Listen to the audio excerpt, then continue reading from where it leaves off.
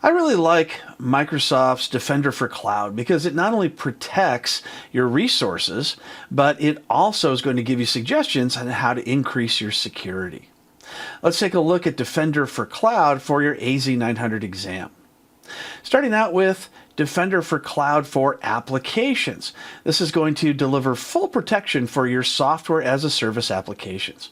And it will help to monitor and protect your cloud applications, such as email from Exchange Online and also Microsoft 365 Office products.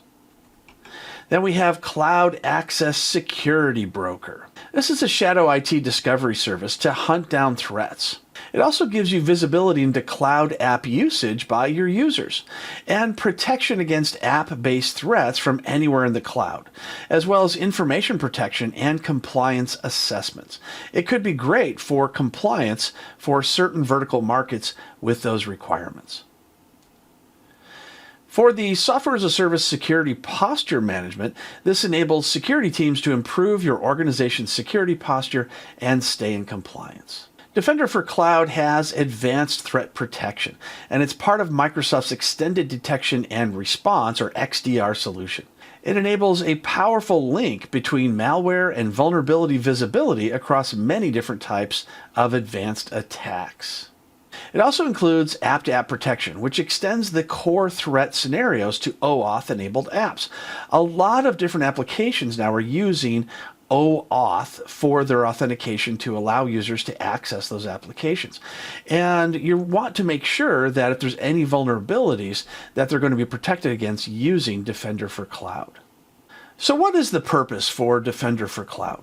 It continuously evaluates your cloud posture across Azure, Amazon Web Services, and Google. It identifies misconfigurations, vulnerabilities, and compliance gaps. So it's not all about Azure resources. You could also protect in other cloud services. And it's going to apply workload protection for virtual machines, containers, databases, all the different types of resources that you can create in your cloud. And then it responds to threats in real time and provides actionable alerts, which I'm going to show you in a demonstration here shortly. It also provides automation on what to do when those alerts happen and integration with SIEM or SOAR tools, which are log aggregators that basically take logs from multiple different locations, bring them all into one location, and then determine what types of threats or vulnerabilities are there. In the Azure portal, you'll want to search or click on Microsoft Defender for Cloud.